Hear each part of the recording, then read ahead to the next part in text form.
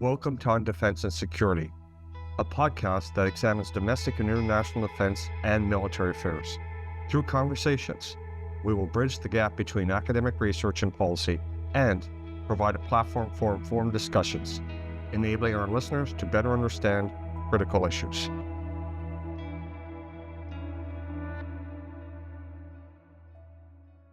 It's my privilege to welcome Ambassador Tim Martin on our podcast today. Tim is a career diplomat who's led in the epicenters of geopolitical crises from Somalia to Kandahar.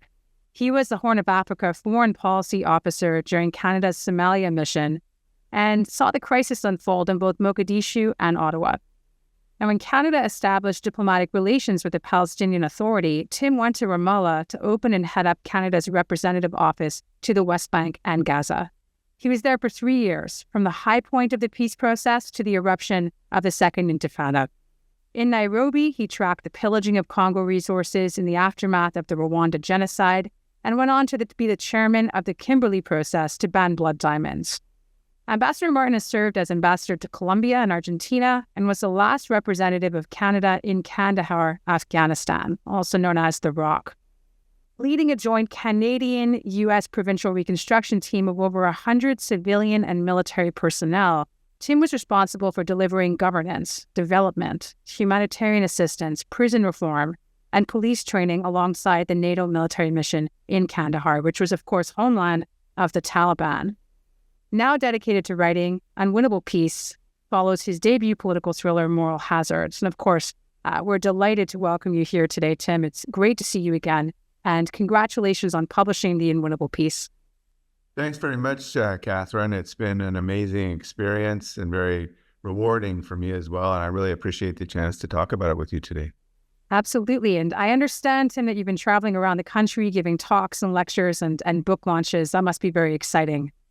Yeah, we just concluded our Ontario portion of the tour, was able to see you and speak to the IDPC, and went to Ottawa, as well as Toronto, Monk Centre, and so forth. I'll be going to BC to talk at SFU, so Simon Fraser University, and the Canadian International Council as well. That's very exciting for sure. Now, I thought maybe we could start things off by talking a little bit about your creative process. So this book, Unwinnable Peace, is coming out 10 years after your time in Kandahar. I imagine it wasn't easy to relive some of what you experienced, but there's so much vivid detail in this book, your stories, your impressions, things that have likely stayed with you and will stay with you for the rest of your life. So I think there's memories in there, some I'm sure you wish you could forget, but also I sense that there's something cathartic about putting it on paper. So I was wondering if you could walk us through your creative process. How did you approach writing this book, and what were some of the challenges along the way? Well, let me tell you the story of where the book came from and how it started. Catherine, when I left Afghanistan, I was spun up and pretty angry about a lot of things, particularly the issue of warlords and the dark bargains they conclude with international military interventions. I talk about that in the book. And but I wondered how to express that. Would it be an academic monograph or something like that? And then I said, well, Tim, why don't you write a novel? That's something that's more fun than a monograph. And, I like literature, so it'd be something to dedicate myself to. And I did that. The book's called Moral Hazards, well received. It's about a deadly conflict between a Canadian human rights lawyer, a cunning warlord, and a corrupt Italian general. And then that was put up, that was in the running for an award. Didn't win, did pretty well though. And a publisher was on the jury and said, Tim, we don't have an accessible book about the Canadian experience in Afghanistan. You were there and we can see you know how to write like a thriller. So that led to to making a commitment to write the book, but it was hard. It was hard because it was hard to get permission from the government of Canada for people to speak on the record to me who were still working for the government of Canada, but I did. And this is one of the only books that I know of with looking at a big issue in contemporary history through the eyes of Canadian diplomats and aid workers who were on the ground. And then, when we write policy papers or diplomatic reports, they're non-emotional. But when you're reading a novel, you want to be touched in your heart at the emotional level. That's what brings satisfaction in reading literature. So part of it was getting the stories. Part of it was writing in a way that's engaging and moves right along crisply. And then another part of it, and this was hard, was figuring out where to land, like how to arrive at a reckoning on this experience of Canada and Afghanistan at the national level and at the multiple personal levels too. I think you did such a fantastic job bringing people alive. I understand you conducted many interviews while writing this book, and it was as if the reader was right there with you the whole time. And as you said, this is probably one of the only books really looking at, contemporary context, conflict, Canada, but that's very accessible for the perhaps the non-specialist reader as well as specialists. And I think a lot of people perhaps think Canada's mission in Afghanistan was just about fighting the Taliban, but that's really only part of the story, is it? Your time in Kandahar was so much more than that. Just a huge civilian aspect to it. As a diplomat, as the last representative of Canada in Kandahar, you were working with a range of people, a range of actors, aid workers, diplomats, prison reform experts, Mounties, not to mention military, Canadian and Afghan, and even warlords, right? So in your book, and in general, I know you've spoken a lot about this concept of maximum Canada, this whole of government approach, but maybe you could start by telling the listeners what that means. Kandahar took us to our limits. We maxed out our military capacity and we maxed out our civilian capacity. That was because we were caught in a very difficult situation that called upon Canada to draw on all the available resources. There was a point where it became clear that killing more Taliban was not solving the problem. Ultimately, what was needed was displacing the Taliban from the countryside, especially in its homeland in Kandahar, and helping the Afghans not really restore, but create a new civilian government that would earn the loyalty of the population through democratic processes and also through providing the things like security and development that governments are supposed to provide to their citizens. So that meant it was military, but bolted on to civilian developmental, political, and human rights work. So we built a team with deep expertise from the Canadian government. It included a huge contingent, 30 anyway, a contingent of RCMP experts to help the Afghans stand up a police force. It's development workers to reactivate agriculture, business, and humanitarian work like polio vaccinations, education for women, big ticket item. We had Corrections Canada people, because the prisons are such a black hole for human rights, not only in Afghanistan, but in other states that are fragile and failing. And then we had a capacity for diplomatic and political analysis. And that was complemented by intelligence mechanisms like the All-Source Intelligence Center that brought together all the information that was available to analyze and help guide us in this very complicated human terrain. I can imagine, or I can't imagine, I wasn't there, but, working in a place completely destroyed by war, which in essence really was a failed state, right, with deeply dysfunctional governance.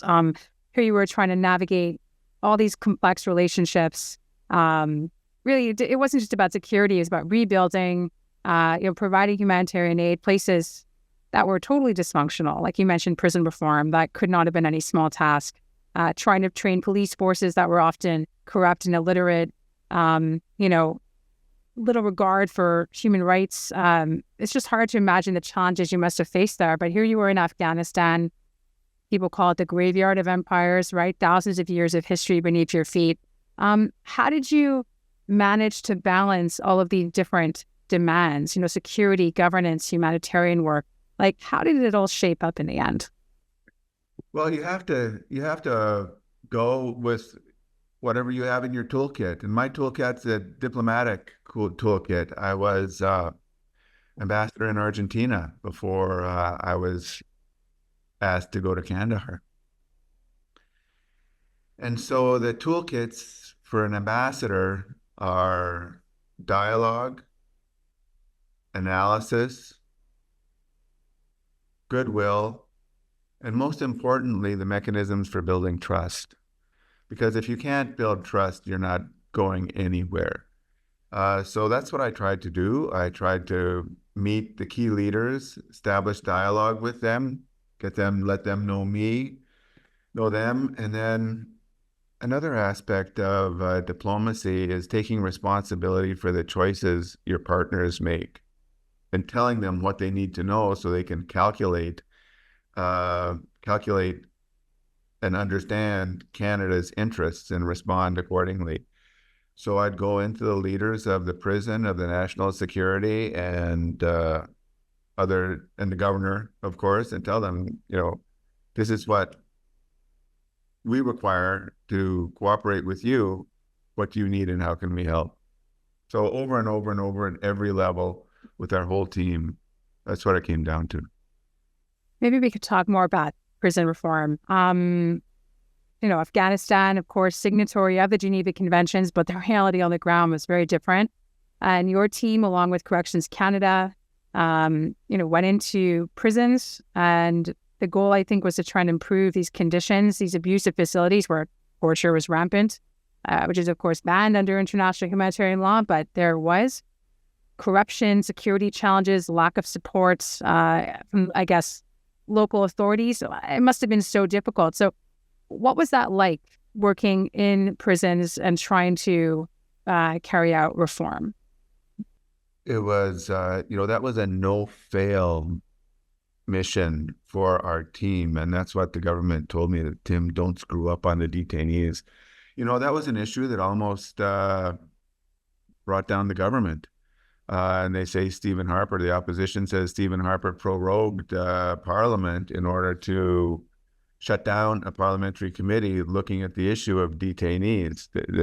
For the listeners, what it was the idea that Canadian forces were capturing the enemy and transferring them to the Afghans, which they were, but the Afghans, there was torture in the prison, so they're transferring people into the risk of torture. So the first time, Richard Colvin was an important personality who testified at the parliamentary committee. And it's interesting, the story of how that first came to his attention. He was the political officer in our base, Cap Nathan Smith, the provincial reconstruction team, inside Kandahar City. And there was a woman who came to the gate of the base. And she said to the guard, "I need to speak to a Canadian." So the guard got Richard, and she asked him, "Do you have my husband?" And he said, "What do you mean?" She said, "Did your soldiers take my husband?" Her husband was missing for 3 days, and she was with 3 little kids, one quite ill. And Richard said, "I don't know, but I'll find out." He asked the office of the commanding general, and they said, "We don't know." He asked again, they said, "We don't know." He said, "What the hell do you mean you don't know if you took this person?" And they were transferring without keeping track. That's what it looked like, which was a huge risk, especially when it was known about the torture that was going on. Anyway, that goes on to the Military Police Complaints Commission and court cases and so forth.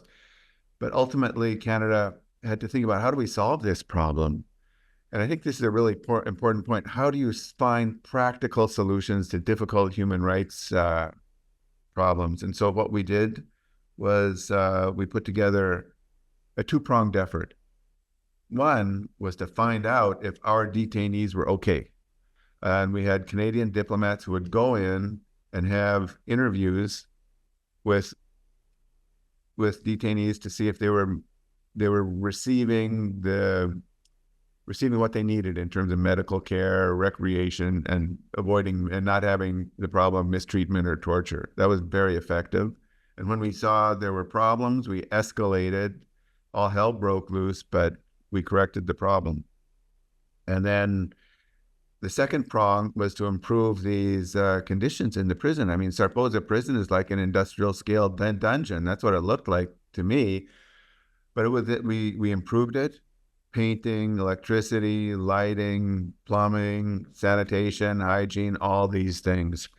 So that's what that program was. I'm very proud of it.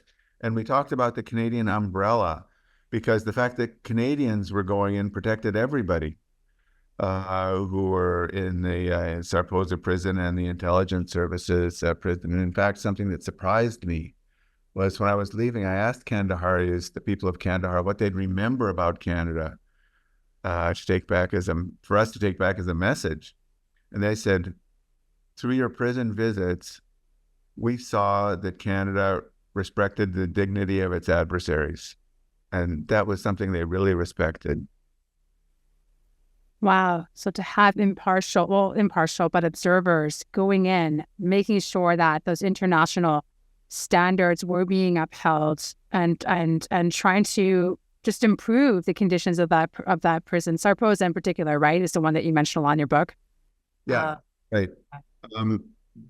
But I think there's another part of this that's an important lesson. It's not about moral righteousness. It's not about lecturing people, be like us, change your values. It's about bringing the capacities, requiring international standards, and providing the resources necessary to meet those international standards. It's about being specific. These are the specific requirements: no extrajudicial killings, no torture, and monitoring and controlling to make sure it happens until you start to get some institutional change and some chip away at those values. For me, one of the most powerful parts of your book is the story of Miriam Sahar, your 17-year-old Afghan woman who became Canada's, I believe, only female interpreter in Kandahar. Correct me if I'm wrong there, but I think that's what I remember reading. And her story, as you write it, it's so jarring, but also very inspirational. So, you talk about how she'd spend her days as a young girl helping her family. They would grow grapes and pomegranates. She'd fetch water from the local well. She'd play with whatever was on the ground, whatever she could find with her friends and relatives, from old bullet casings, to burnt out remnants of tanks and things like that. But one part in particular of that chapter was when you talk about how she uncovered something that was kind of corroded and she didn't quite know what it was. And it turned out that it was, she learned years later through a course she was taking in her training to become an interpreter, that it was, of course, an explosive remnant of war, or in this case, unexploded ordnance, or UXO, as you probably called it. And she didn't know at the time that bringing this home and playing with this strange object, it could have killed her and her whole family. So I think that reality, her story reflects the reality that faces so many unsuspecting children and civilians around the world, right? From, farmers mining, but farmers working their fields in northern France and Belgium 100 years after the First World War, routinely, being killed by, unexploded ordnance, to, the millions of landmines that remain hidden in Southeast Asia and places like Cambodia and Vietnam. This is not an uncommon story, unfortunately. And Miriam was too young and innocent at the time to know that what she uncovered was incredibly dangerous. So I think this chapter in particular is such a powerful resource for anyone, students, academics, practitioners, policymakers, anybody really interested in war. I mean, I know I'm going to be assigning this book, and in particular this chapter, to my students in the future when we look at human rights and the rules of war and so forth. It's such a powerful tool. But you also discuss, the important work Canada did in the region, talking about Miriam in particular, how she was able to go to school, learn English, eventually, leading her to become an interpreter. And her story isn't unique in that way. It's unique that she was Canada's only female interpreter in Kandahar, but Afghan women and children faced and still face unbelievable challenges under Taliban rule, especially when it comes to education, where they're denied education. And I think Canada's presence in the region at that time probably helped give many girls and women opportunities to attend schools and to receive an education, opportunities that they wouldn't have had otherwise. But as you note, there were significant risks. So female translators or translators in general, or anyone working with you and your team, they had to navigate very complex situations. But I'm just wondering how your work with local actors on the ground, like Miriam and like so many others, how did that shape your understanding of the limits of diplomacy and how diplomacy and diplomatic expectations can often clash with realities on the ground? That's a really good question. Part of it is, well, let me preface this comment by saying that myself and every other civilian I worked with in Kandahar came away with huge and unreserved admiration for the Canadian forces. Like, I'm convinced, and I think everybody else is, we have the best small army in the world. And we know that from working shoulder to shoulder with the Canadian forces. The level of intelligence, thoughtfulness, humanity they bring to their work is incredible. At the same time, a military lens is very important from an operational point of view, but it's incomplete. And so it was important for us as the civilian team to bring those other things in there. For example, political analysis, looking at the principal warlord, Ahmed Wali Karzai. How would we find out what the population of Kandahar felt about him? So my predecessor, Ben, sent out his political officers to talk to the people in Kandahar and talk to them not as military people, but talk to them as diplomats. And it emerged that the people of Kandahar were furious with the abuses of power of Ahmed Wali Karzai. And that led to there's a chapter in the book about this and about the dilemma of working with somebody. Yes, Ahmed Wali Karzai had lots of money. He had lots of power. He had his own militia. He was very good at working with the NATO forces to kill terrorists. But he did that at a cost that diminished terribly the legitimacy of the government of Afghanistan that was really a necessary condition for finding peace and stability in the country. So it's important to bolt on that diplomatic capacity so that you can have a successful military operation, yes, but it's not happening in a vacuum with unintended consequences that are negative at a more strategic political level.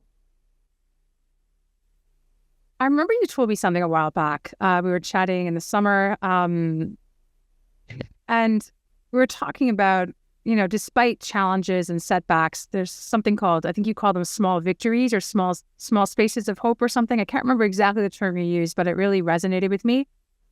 I'm wondering if you can share some of those with us, those moments. What were some of the small wins or small victories that kept you and your team going through such tough a mission, and do any of those persist today? We were really proud of the work we did in agriculture and in irrigation. I mean, Kandahar is a desert, but once you add water to those desert fields, they bloom, and it's crisscrossed with green ribbons like linear oases across the territory. And we rehabilitated the extensive irrigation system. We got a dam going and rehabilitating an old dam, the Dala Dam. And that made a huge difference. We saw exports of high-value fruit going to Dubai and places like that.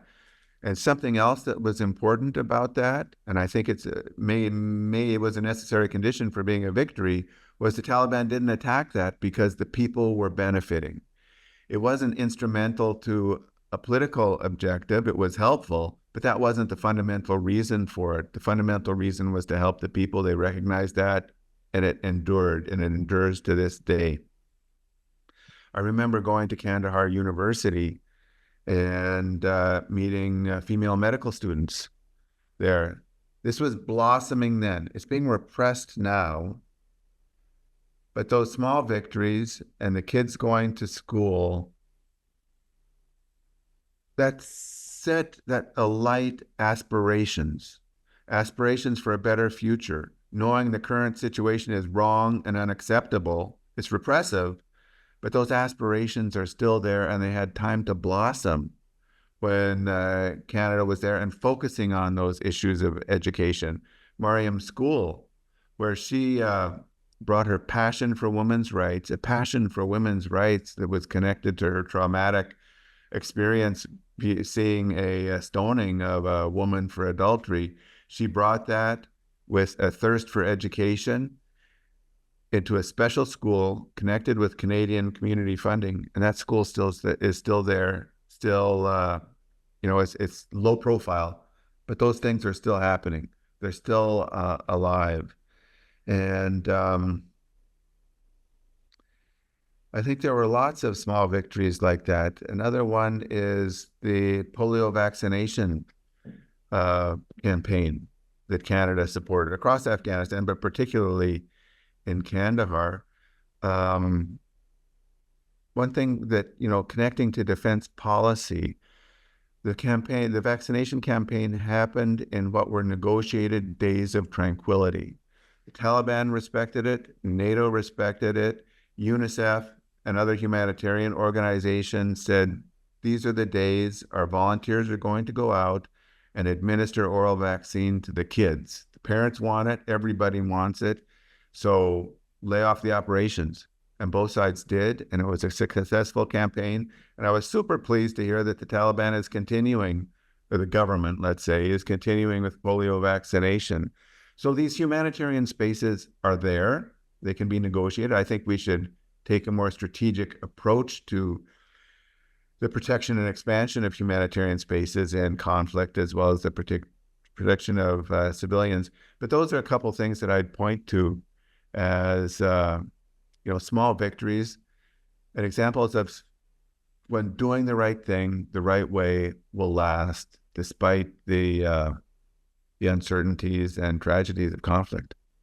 That's remarkable. I'm wondering, understanding, of course, we need to keep in mind that when we talk about Miriam's school, you just mentioned this to us, that this, of course, maintaining a low profile on this, but I'm wondering if there's a way we can support the school that is still operating very quietly, very under the radar. Is there anything we can do here in Canada to support this incredible initiative? Yeah.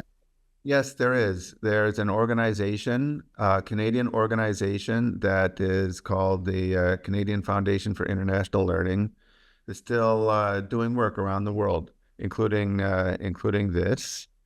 And you know what? I'm going to put a link in the notes to this podcast. And if people are interested in how they can help in a quiet way, they can click on the link and see the opportunity to make a donation and what it's all about. Okay. We will absolutely include the link to that. Of course, remembering this is quietly and discreet, of course, but we'll include the link so that our listeners can make a donation should they wish to. But that would be, that's wonderful. I think I want to turn the last part of our podcast today. I want to turn to really your title, if you don't mind, the Unwinnable Peace, but also more about the legacy of Canada's mission in Afghanistan. Of course, this was our longest war, right? It lasted from 2001 to 2014, longer than both world wars combined.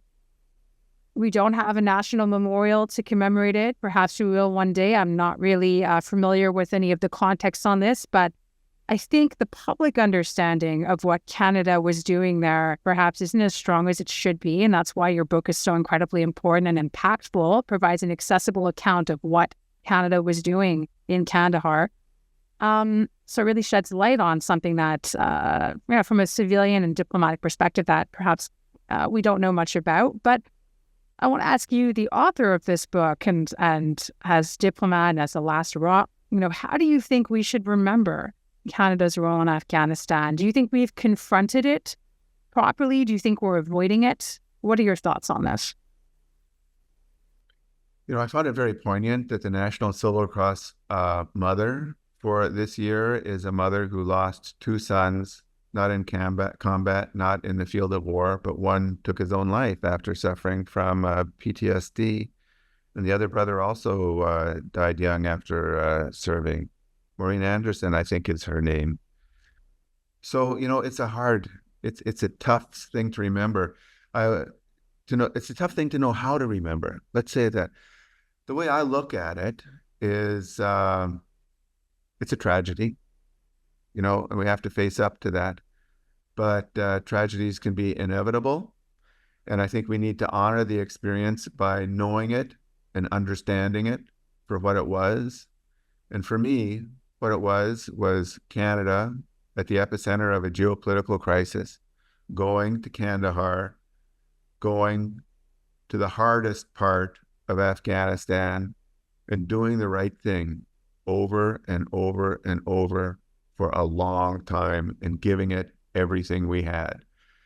So we need to understand what went wrong, and I have my ideas about that.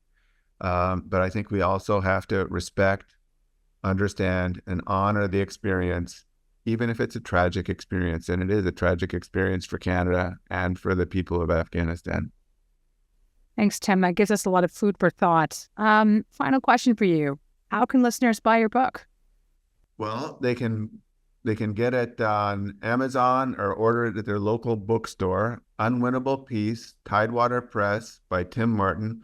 Or you can go to the Tidewater Press website. Just Google Tidewater Press, and you'll see Unwinnable Peace there. Click on it, and if you use a promo code, you'll get 15% off until mid-December. That promo code is IDPC 2024, and 15% off, free shipping, $25. Fantastic. And we'll include the promo code in the link to our podcast when it goes live. Tim Martin, The Unwinnable Peace is now available for sale. It's an eye-opening account, thought-provoking read that offers incredible insight into Canada's mission in Afghanistan. And Tim, thank you for joining us today. This has been a fantastic chat, and you are always welcome back here at CIDP. Thanks very much, Catherine. I really enjoyed our conversation. I really appreciate the work you do. Thanks, Tim. Talk soon. Bye.